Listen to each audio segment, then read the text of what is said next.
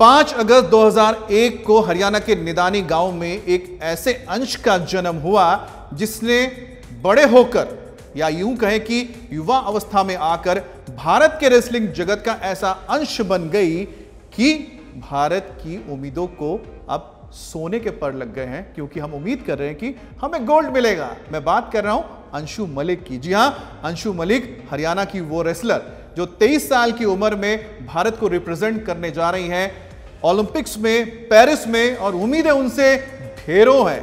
अब ढेरों उम्मीद हूं क्यों ना, क्योंकि जो अंशु मलिक है रेसलर घर में ही पैदा हुई, उनके परिवार में इस खेल से जुड़े लोग थे, और कहते हैं ना कि जिस तरह से मां के पेट में ही दांव पेच सीख लिए थे, शायद अंशु मलिक ने भी सीख लिए थे, जिसके चलते अंशु मलिक जब रेसलिंग के मैदान में गई, मैट पर उतरी, अखाड़े में उतरी, तो सामने वाले को मौका ही नहीं दिया, और ऐसे उनके दांव और पेच है कि सब पस्त पस्त और पस्त।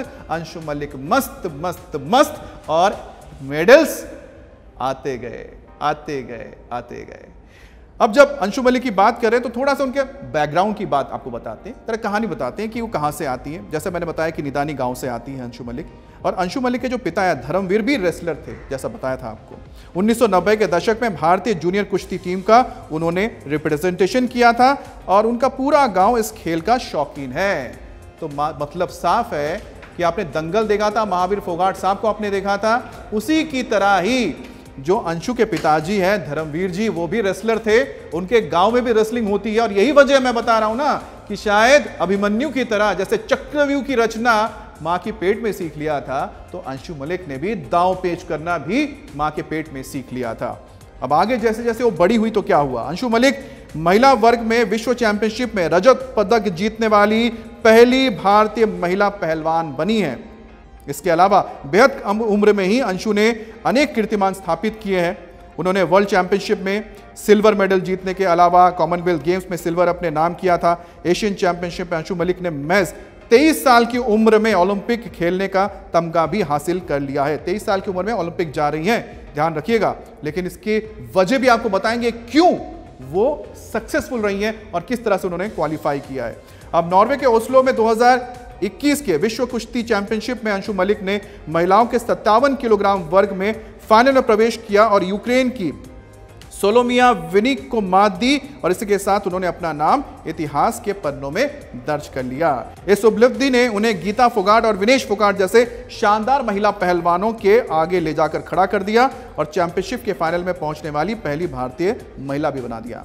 2 बार के ओलंपिक पदक विजेता और 3 बार की विश्व चैंपियन अमेरिका की हेलेन मारोलिस से फाइनल में हारने के बाद अंशु मलिक ने अंत में सिल्वर मेडल जीता, और इस बार अंशु मलिक को उम्मीद है कि पेरिस में तिरंगा वो लहराएंगी।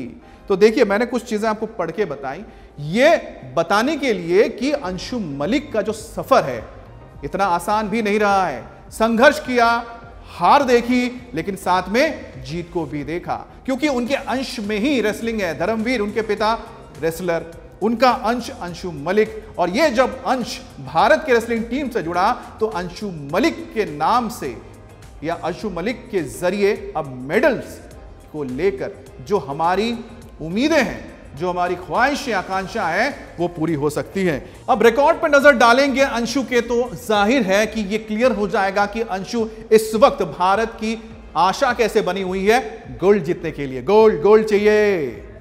अब 2021 की हम बात करते हैं, वर्ल्ड चैंपियनशिप है, ओस्लो में उन्होंने सिल्वर मेडल जीता था 2021 में। कॉमनवेल्थ गेम्स में 2022 में बर्मिंघम में उन्होंने सिल्वर मेडल जीता था 57 केजी वर्ग में। इंडिविजुअल वर्ल्ड कप की बात करते हैं, 2020 में बेलग्रेड में उन्होंने सिल्वर जीता था। लेकिन अब साथ में जरा बात करके देखते हैं कि आखिरकार शुरुआत कब से हुई।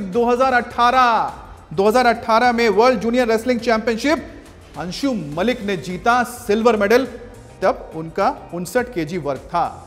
लेकिन सोचिए कि 2018 से लगातार वो जीत रही हैं और सिल्वर, गोल्ड, ब्रॉन्ज हर मेडल जीता है। बड़े बड़े टूर्नामेंट्स में, बड़े बड़े चैंपियनशिप में गई है। अब बात करते हैं एशियन जूनियर चैंपियनशिप के 2019 में आते हैं, गोल्ड जीता उन्होंने। इसलिए मैंने कहा अंशु मलिक के अंदर गोल्ड जीतने की भूख है, और यह भूख 2024 के पेरिस ओलंपिक में देखने को मिलेगा, और भारत के लिए एक बहुत बड़ी उम्मीद है। अब हम रुक करते हैं एशियन चैंपियनशिप्स की। अब एशियन चैंपियनशिप्स की अगर बात की जाए 2020, 21, 22 और 23 चारों साल वो एशियन चैंपियनशिप में गई और बिना मेडल के वापस नहीं आई। ये आसान नहीं होता है लगातार कंसिस्टेंटली एक के बाद एक खेलों में जाना और मेडल जीतना। अंशु मलिक में वो खूबी है, उनके अंदर वो काबिलियत है कि वो लगातार इसी तरह से परफॉर्म कर रही हैं। 2020 नई दिल्ली में उन्होंने ब्रॉन्ज जीता, 2021 अलमाटी में उन्होंने गोल्ड जीता, 2022 में उलान बातार में उन्होंने सिल्वर जीता और 2023 अस्थाना में उन्होंने ब्रॉन्ज जीता। तो अंशु मलिक का जो आपने ग्राफ देखा 2018 से जिसकी शुरुआत होती है 2023 तक मेडल्स मेडल्स मेडल्स, 2024 हम भी कह रहे हैं मेडल मेडल और मेडल। गोल्ड चाहिए, अंशु में दम है, काबिलियत है, हम आपके संग हैं।